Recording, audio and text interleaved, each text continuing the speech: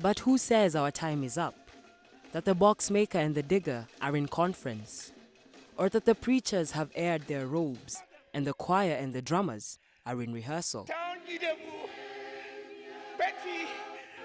These are the lines from Professor Kofi Awunor's poem, Across a New Dawn. He was one of Ghana's greatest contemporary poets and among Africa's most accomplished storytellers. The final chapter closed on Kofi Awunor's life on 21st September 2013. He was in Nairobi to attend the Storimoja Hay Festival. To London to stay with us, and she lives with us.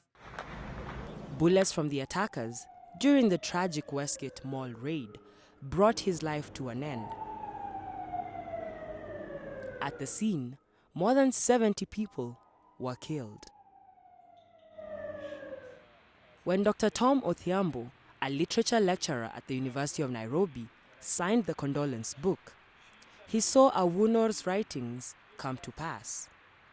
It is incredibly interesting how Kofi Awuno, alive, was interested in death, the closeness of death in our lives, the ever-presence of death in our lives.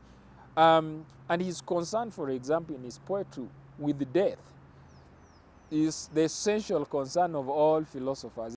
His life revolved around books, films, plays, theater, and politics.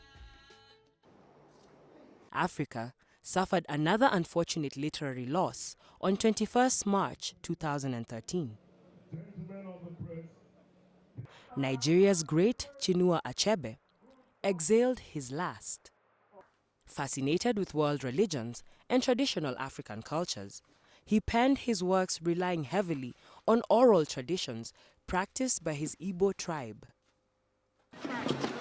These same rites had to be performed before his burial. He always spoke his mind with candor and clarity. He was a man that has and always will inspire African writers. African writers are still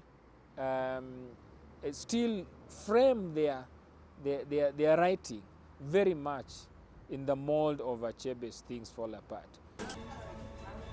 As a critic of the worst vices in society during his time, he shunned many he saw as Nigeria's corrupt politicians and twice turned down national honors.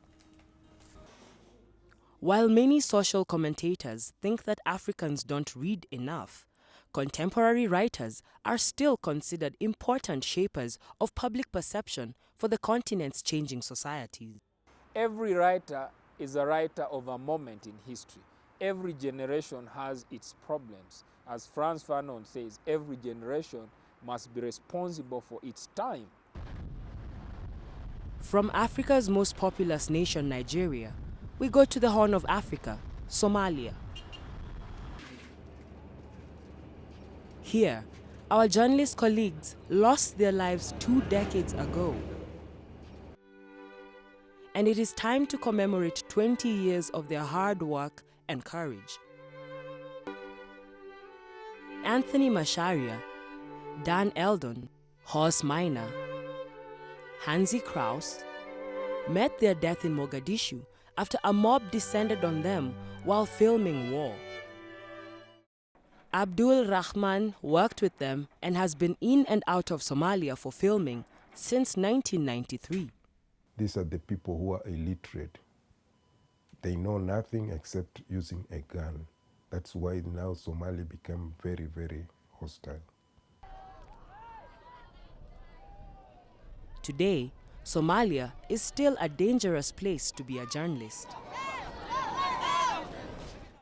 In July 2013, the Somali government proposed a controversial media law that requires journalists to reveal their sources and also preventing dissemination of news that is against Islamic or Somalia traditions.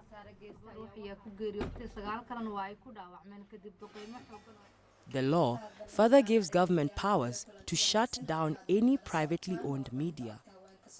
It's a grim reminder of the many who have given their lives to give Somalis and the world the real story of their nation's modern struggles. هذه صورنا زهونا.